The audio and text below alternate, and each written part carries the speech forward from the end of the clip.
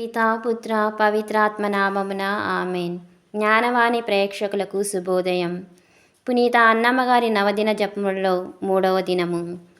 ధ్యానము. పునీత అన్నమ్మగారు సర్వేశ్వరుడు తమకొక బిడ్డను దయచేయుదురని ఎంతో ఆశతో వారిని మనవి చేసుకున్నారు. ఎందుచేత వారంత ఆశతో మనవి చేసినారని కొంతమంది అడిగితే, ఆ బిడ్డ దేవాలయమునందు దేవుని సముఖమున పూర్ణముగా నొప్పగింపకొనుటకే అంత ఆశతో మనవి చేసుకున్నారు. ఈ విషయంలో వారు వాగ్దానం చేసినారని కొంతమంది వేదశాస్త్రులు రాశారు. కాబట్టి వారు చేసిన పుణ్యమును గుర్తించి బిడ్డ కావాలనని అడిగినందుకు సర్వేశ్వరుడు వారడిగిన మనవిని దయచేశారు. క్రీస్తువులారా, మీరు సర్వేశ్వరుని మీ మనవులను అడిగినప్పుడు ఏ విధముగా వాటిని అడుగుచున్నారని బాగా ఆలోచించవలేను. ఎందుకనా కొందరు లౌకిక విషయములను, కొందరు పాప విన్నపములను ఆశతో అడిగినను సర్వేశ్వరునికి అవి దయచేయుటకు ఇష్టము లేనందున మొరపెట్టి అడుగుకొనినను దానిని పొందలేరు. కొందరు పుణ్యమును గురించి ఆ మనవిని అడుగుట చేత సర్వేశ్వరుడు వారికి తప్పక దయచేయుదురు. దీనిని బట్టి మేలైన కారణము కొరకు మనము ఏదేని ఒక మనవిని సర్వేశ్వరుని అడిగినమేమి దానిని వారు తప్పక ఇచ్చుదురని చెప్పుటలో ఎంతమాత్రము సందేహం లేదు. అంతేగాక పునీత అన్నమ్మగారు తమ విన్నపమును మిక్కిలి దీక్షతో అడిగియున్నారు.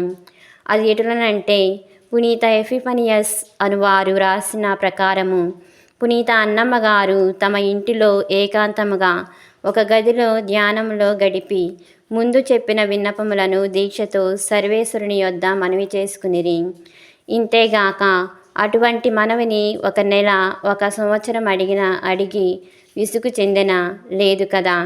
20 సంవత్సరములు ఎడతెగక ఏకదీక్షతో మనవి చేసినదిగాక సర్వేశ్వరుడు దానిని తప్పక దయచేయుదురని గట్టి నమ్మకము కలిగి ఉన్నారు.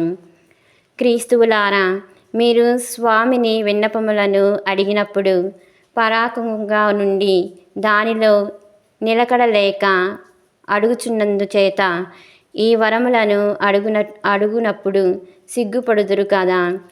మీరడిగిన కార్యము ఫలించుటకుగాను అనేక దినములు కాచుకొని ఉండి ప్రార్థించవలెను కదా. కాబట్టి మీరు సర్వేశ్వరుని అడిగిన మనవులు వారు మీకు దయచేయుటకై విడువక దీక్షతో అడుగుటయేగాక సర్వేశ్వరుడు దయచేయుదురని గట్టి నమ్మకముగా నుండవలెను. అంతేగాక పునీత అన్నమ్మగారు తాము అడిగిన విన్నపములను ఇప్పుడు చెప్పిన ప్రకారముగా మిగుల ఓర్పుతోనూ నమ్మికతోనూ ఉండినందున పునీత ఎపిఫనియస్ రాసి పెట్టిన ప్రకారము సర్వేశ్వరుడు ఆమెకు ప్రసాదించిన మరియలాంటి బిడ్డ లోకారంభము నుండి లోకము ముగియు వరకు వేరెవ్వరికిని కలుగలేదు, కలుగబోవుటయూ లేదు. పునీత అన్నమ్మగారు పొందిన బిడ్డ భూలోకమునకు భాగ్యముగా నుండునని వారు సన్మనస్కుని నుండి ఎరిగింపబడినారు. కాబట్టి సర్వేశ్వరుడు వారి ఓర్పును నమ్మకమును బహిరంగము చేసిన వెనుక వారడిగిన దానికంటే అధిక భాగ్యమును దయచేసినారు. క్రీస్తువులారా, కొందరు భూలోకములో చాలా దినములు సేవ చేసిన వెనుక వారు ఆశించడి కార్యము భూలోకములో నెరవేరుకున్నది. పునీత అన్నమ్మగారు స్వామికి సేవ చేసిన వెనుక ఆమె ఆశించిన మనవి దయచేసినది గాక దీనికంటే ఆమె తలంచిన ఘనమైన భాగ్యమును ఏరిన వారు దయచేసిరి. కాబట్టి సర్వేశ్వరునికి ఊడిగము చేయుటకును భూలోకమునకు ఊడిగము చేయుటకును ఎంతో వ్యత్యాసము కలదు. అందుకే ఇంత వ్యత్యాసము ఉండుట వల్ల భూలోకమునకు ఊడిగము చేయుట కంటే సర్వేశ్వరునికి మేలైన సేవ చేయుటకు దీక్ష పూనవలెను. జపము.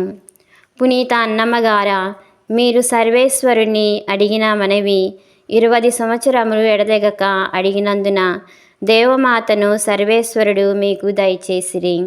దేవమాతను మాకు పాలకురాలుగా సర్వేశ్వరుడు కట్టడ చేయుటకును మేము మృతి పొందు వరకు ఆ మనవిని ఎడతెగక అడుగుటకును మేము ప్రార్థించుచున్నాము. ఆమెన్.